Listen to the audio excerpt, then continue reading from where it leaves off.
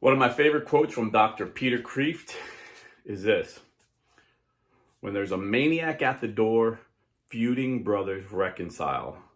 And since the early 80s, when I was a young evangelical Christian, all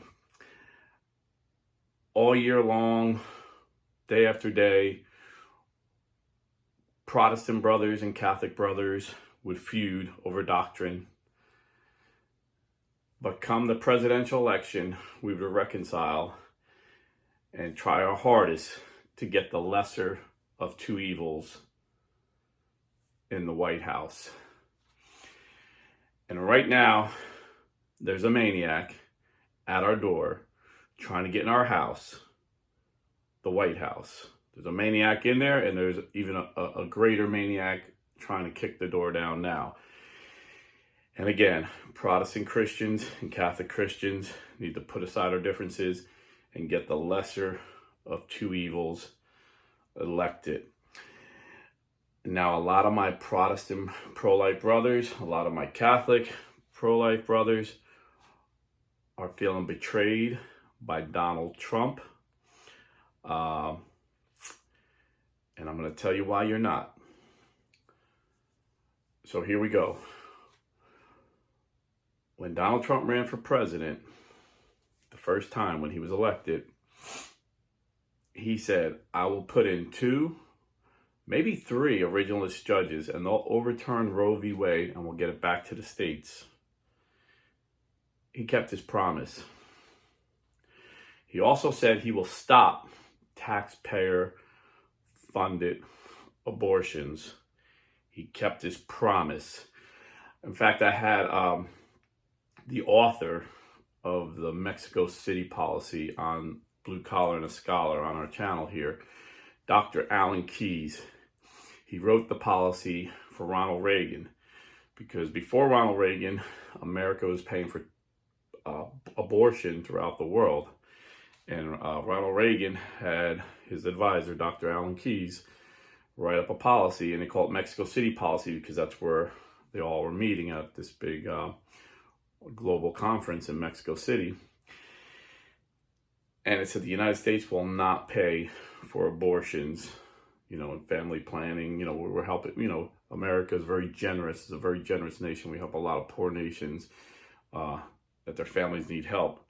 But the liberals want to help them by killing their babies. The conservatives say, no, we'll help you by, feeding you and taking care of medical issues. Well, of course, every Democrat always rescinds that. Clinton, Obama, Biden, and every Republican always puts it back into place.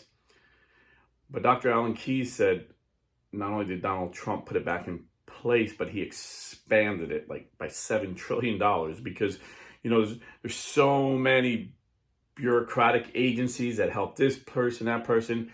And so, the liberals that are like lifelong bureaucrats in Washington, they always found loopholes to pay for abortion overseas. But thanks to Donald Trump, he eliminated all that. So promises made, promises kept. And everyone's like, yeah, but he just said he's going to vote against the 6-week ban in Florida. He's in favor of IVF, in vitro fertilization. What's the other thing?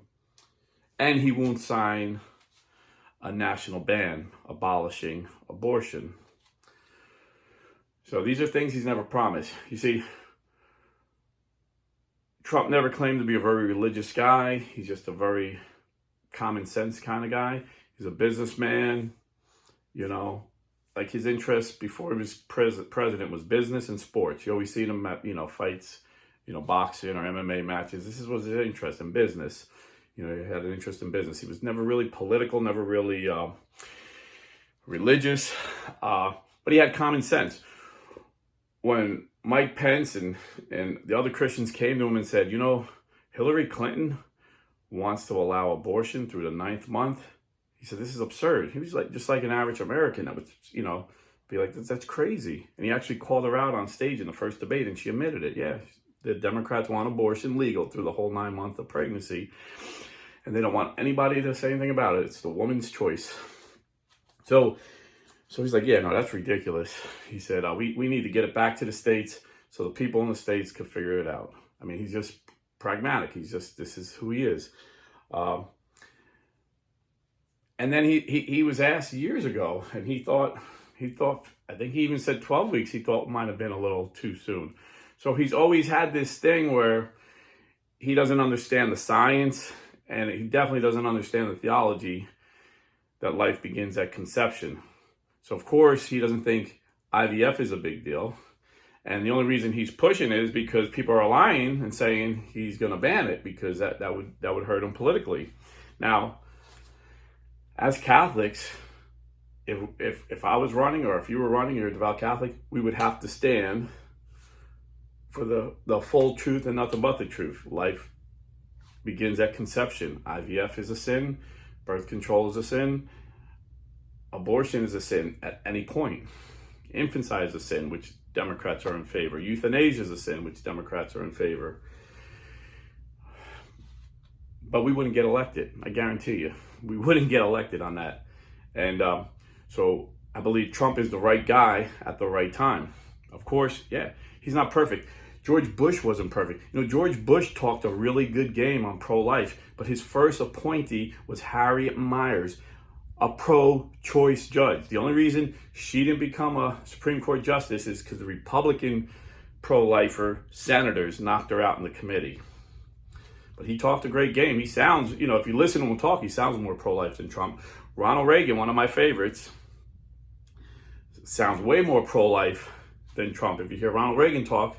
But he appointed Sandra Day O'Connor, and she was a swing vote in 1992 and sided in favor of Planned Parenthood. Otherwise, we would have had Roe v. Wade overturned in 1992 when most of the country was pro-life. I think at that time, Pew Research was saying like 65% of Americans favored overturning Roe v. Wade. Now, we're in the minority.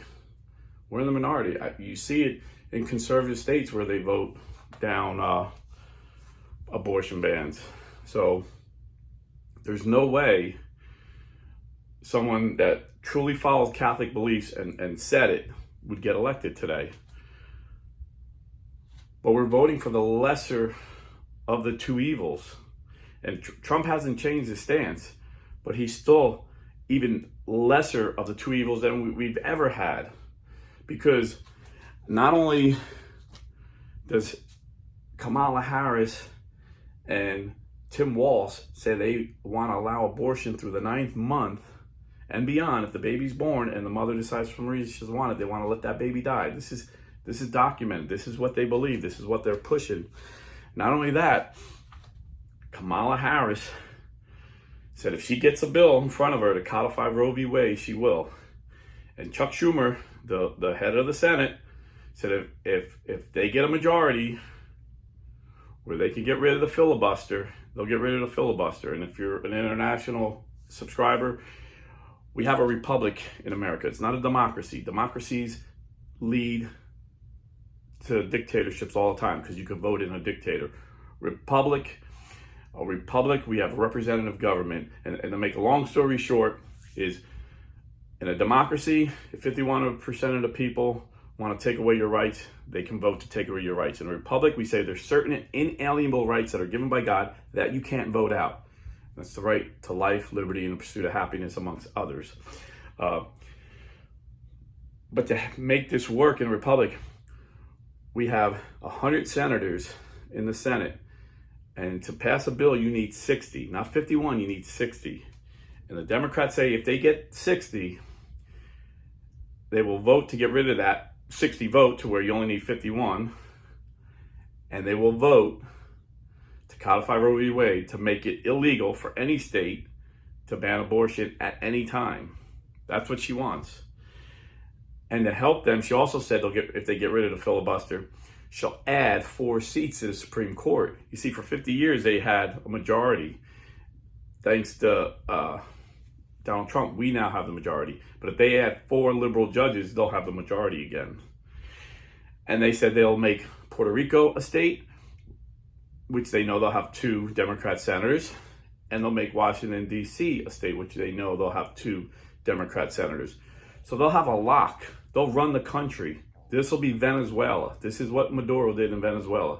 No different. She has the same blueprint as he has. And they're maniacs. I don't know if you ever heard of Riley Gaines, but she was the best swimmer in college. She trained her whole life, hours every day since a little girl, for that American dream, being the best in her sport. And she was. Till her senior year, when this man who calls himself Leela Thomas decided after 3 years, 6'4", 250-pound man, muscular dude, after 3 years of being an average swimmer, I mean, a good swimmer, he was, in the top colleges, NC, whatever, the NCAA, I don't know. But he was a top swimmer. He was in the top colleges, but he wasn't like number one. He was like average. But he was good enough to go to school on a scholarship. Big, strong guy. His last year, his senior year, after competing 3 years in college as a man, decides he's going to identify as a woman. And all he did was grow his hair and put on polish on his nails. Nothing else changed. And nothing else changed. And we all watched this in disgust as he was killing all the women in swimming. And he beat Riley Gaines by this much, and he became the national champion when Riley Gaines was rightfully the champion. And we all see that's disgusting, but what a lot of people didn't know, because they don't put the cameras in the locker rooms, is this man goes into the locker room. Riley Gaines said no one told her, no one told any of the girls. And she said when they put on their swimsuits, they have to make them aerodynamic, so they're really tight. She said it literally takes like 10 minutes. So they're standing there naked for 10 minutes trying to get their swimsuits up. She said she turns around naked, and this man is like this far away from her. And it's there, everything. He's a man. He didn't have anything lopped off. It was there.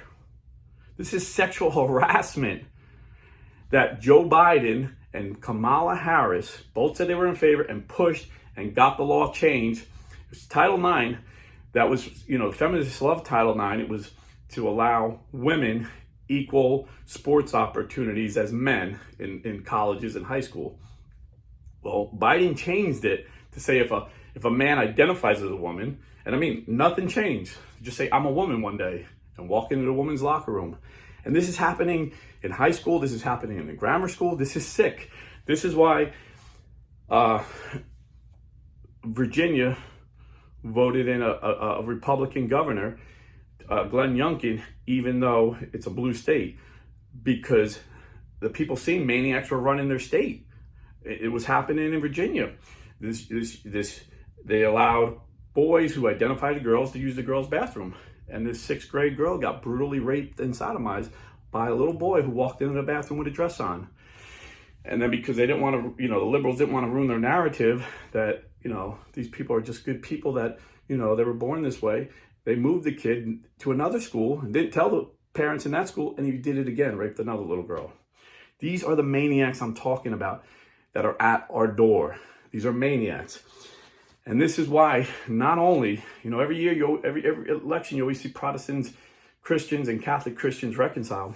But this year, we have American brothers and sisters that are not religious at all reconciling with us because they see the maniacs. Elon Musk voted for Biden, Obama, Hillary Clinton, lifelong Democrat. He sees the maniacs with the censorship.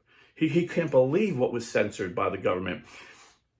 And we know now Mark Zuckerberg came out and said, yeah, the CIA and the FBI pressured us to censor a lot of stuff. And it was always conservatives. Hundreds and hundreds of conservatives were censored. Elon Musk says Twitter, when he bought Twitter, he's seen the CIA and FBI pay millions of dollars to Twitter to have them censor stuff. So you see, our First Amendment was freedom of speech, because our founding fathers knew that this is the most important right we have, to speak. This is the first thing that the communists take away. When the Chinese took over Hong Kong, that was the first thing they got rid of, was freedom of speech. And you see today, the attack on freedom of speech is crazy. They just arrested the CEO of Telegram in France because they say he allowed criminal activity on his Telegram. Telegram's like Twitter. So people are talking, and what they're saying was illegal. Just think about that. Speech. They're they're criminalizing speech. Brazil just banned Twitter because Elon allows free speech on X now. And the Democrats applaud this. They applaud this. Now, my whole life, ABC, NBC, CBS, CNN, my whole life, these guys have been in the tank for Democrats. And you just seen it with the Dana Bash interview. She interviewed J.D. Vance and was like an adversary Democrat attacking him. And then she interviews Kamala Harris and just lobs like these nice questions. Like, how did it make you feel, Tim, when your son was crying for you? Oh, Kamala, that picture of you with your nieces, they must have been so proud of you. I mean, it makes you want to throw up, but this is how it's always been. But what's changed is conservatives have a way to speak, and that's social media. And they want to censor it. They want total control of our speech. And again, this is why you have people reconciling with us, because they know freedom is the most important right we have, freedom of speech. So you have Dave Rubin, a gay married man. You have Naomi Wolf, a lifelong liberal feminist. You have Tammy Bruce, another gay woman. They're reconciling with us Republicans because they see the Democrats are attacking freedom, you know? The maniacs are at the door. The maniacs are at the door. RFK Jr., royalty in the Democrat Party, is endorsing Trump, is actively campaigning for him. And his three reasons are because these guys are maniacs. Number one, the Ukraine war. And the media will twist it and say, oh, you know, we think Putin's good and we want him to take over Europe. Of course, you know, they're going to spin it in the most ridiculous way. When RFK Jr. told his reason, but they ignore his reason. And I told this on my Rumble station when it happened. In February of 2022, Russia invaded Ukraine. In March of 2022, 30 days later, they signed a peace agreement. Putin was going to leave. And Biden told Zelensky, no, rip that up. And he did. And now since then, over 600,000 Ukrainian people have been murdered. And 100,000 Russian people have been murdered. This is sick. And we know that Trump could come in and end this. He can get a deal. He did it. Under Bush, Russia invaded Georgia. Under Obama, Russia took Crimea. Under Biden, they're going for the whole thing. They're going for it all. Under Trump, nothing, nada. And instead of the media praising Trump for this, they spun it as like they were friends. No.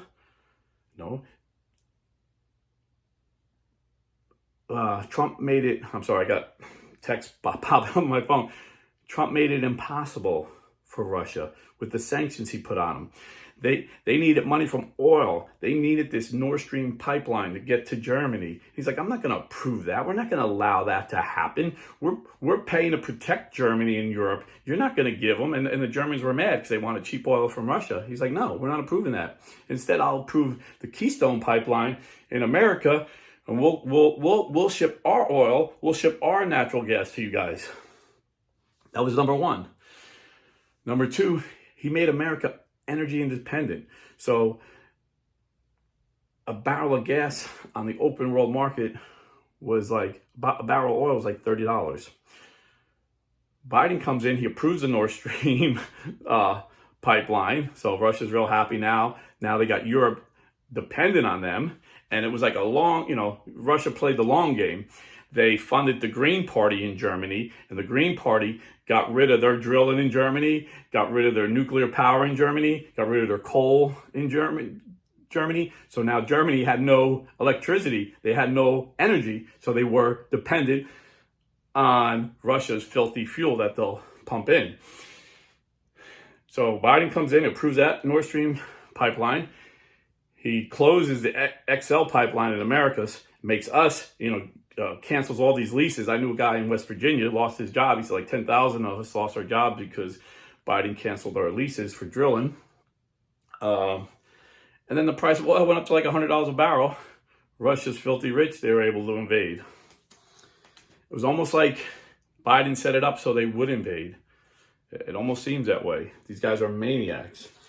Second reason, RFK Jr. said was censorship. And again, the media's, the ABC, NBC, CBS are all the same. In 2 years, he got 2 interviews. Ross Perot, when he ran, he got like 50 interviews within 6 months. So, because they knew Ross Perot was taking votes away from George W. Bush. If the statistics proves it. If Ross Perot didn't run, Bush would have beat Clinton, the first Bush, George H. Bush. That's a fact. So that's why the media they made Perot out to be like this great guy. Got like 19% of the vote, and 80% of his voters said if he wasn't in, they would have voted for Bush. So we know. So he see how the mainstream media censored him, but then when he would go on podcasts on YouTube and stuff, they would take it down. So he's seen this censorship. These guys are maniacs. And then also on health, he said, in 2000, these are facts. These are, RFK Jr., his speeches, if you didn't see it, watch it. He's just dropping verifiable truth bombs, one after the other. And this was a very powerful truth bomb he dropped that day that he endorsed Donald J. Trump. He said in 2000, 1 in 15,000 American children had autism. Today, 1 in 46. Think about that. And nobody's talking about it. When he talks about it, you get censored. If you say anything against the bureaucrats in lab coats, like Fauci, he was never a doctor. He's got a doctorate degree, but he never practiced medicine. For 50 years, he worked for the government and became a multi-millionaire, very rich man with a lab coat. If you say anything against them, you could be the top scientist. They had the top vaccine scientists in the world banned from YouTube, banned from Twitter because they disagreed with Fauci during that pandemic. So he's seen that craziness. So the maniacs are at the door. And I got notes, all this crazy stuff they want to implement. But the bottom line, if you're a pro-lifer and you're not voting for Trump because he doesn't align with your faith, whether you're a pro-life evangelical or a pro-life Catholic, 100%, you're being deceived. You need to get out and you need to vote. You need to support him, and you need to give money to his campaign, because the alternative is abortion through the whole 9 months. The alternative is making it illegal for states like Florida to even vote for a ban. And another great thing Trump did was he put, I think, like 190 federal judges that are originalist judges. So when these bans go to these courts, they say, and the Democrats try and say they're unconstitutional, these originalist judges will say, no, it's not, because they're not liberal activist judges. Biden put more judges in that make the laws. They go, they basically interpret the law the way the Democrats want it. That's what liberal judges do.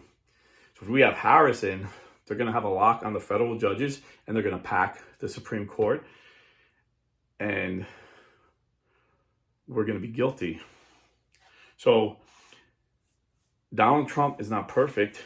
Ronald Reagan wasn't perfect. George Bush wasn't perfect. We're not voting for a saint. We're voting for the lesser of two evils, and he is way lesser. He is way lesser.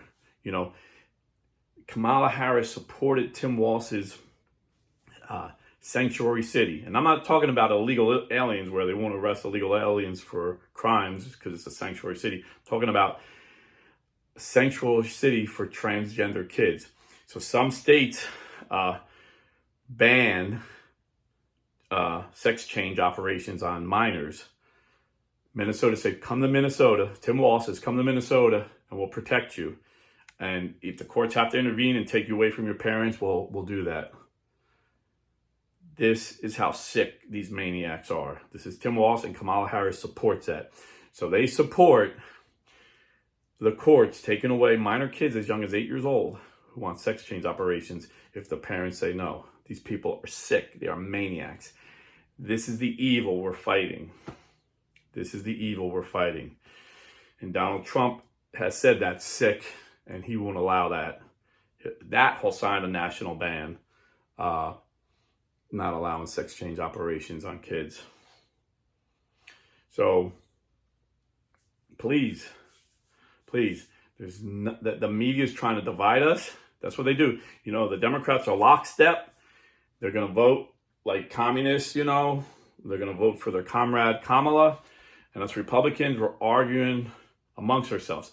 Let's get the lesser two evils in and then work on him, pray for him. His wife, Melania, from good sources tell me that she goes to daily mass.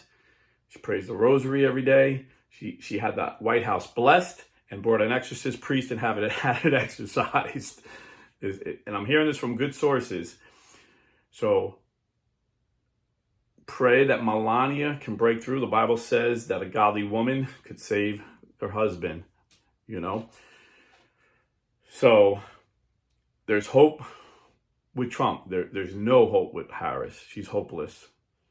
God can save her, but at this point, she's so controlled by the Democrat machine. You see, Biden's been on the beach for 2 weeks, and like no one's noticed.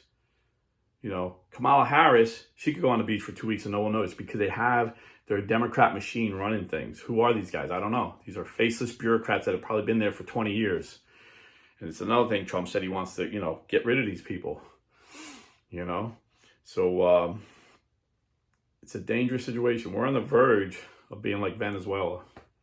And I'm in Florida and I meet a lot of Venezuelans and they see it too.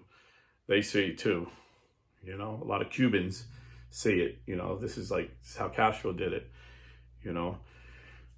They're very dangerous times. Every election they say this is the most important election of our time. And I always roll my eyes because I'm used to hearing that. But this time I'm saying it. This is the most important election. If you don't vote for Trump, you're crazy. You're allowing the maniacs into your house.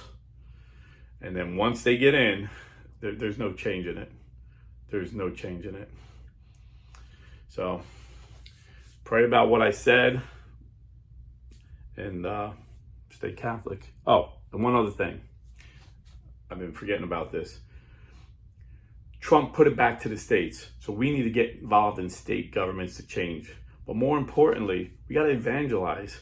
Once you know Jesus, once you become part of his church, the one holy Catholic and Apostolic Church, you understand that life is sacred and you're going to vote pro-life. So you need to help change minds and help change policies at your state level. This is what Trump did for us. Now we got to do our job. But if you're not down for the fight, you think you're in a hopeless state, come to a red state like Florida or Texas or Mississippi or Alabama. And the way you do that is you go to realestateforlife.org, tell them Blue Collar Catholic sent you, and they'll hook you up with a pro-life realtor. They'll hook you up with the most experienced, most professional real estate agent possible, who's a pro-life Christian, probably a pro-life Catholic, but we have some really good pro-life Protestants on our side as well. So God bless and stay Catholic.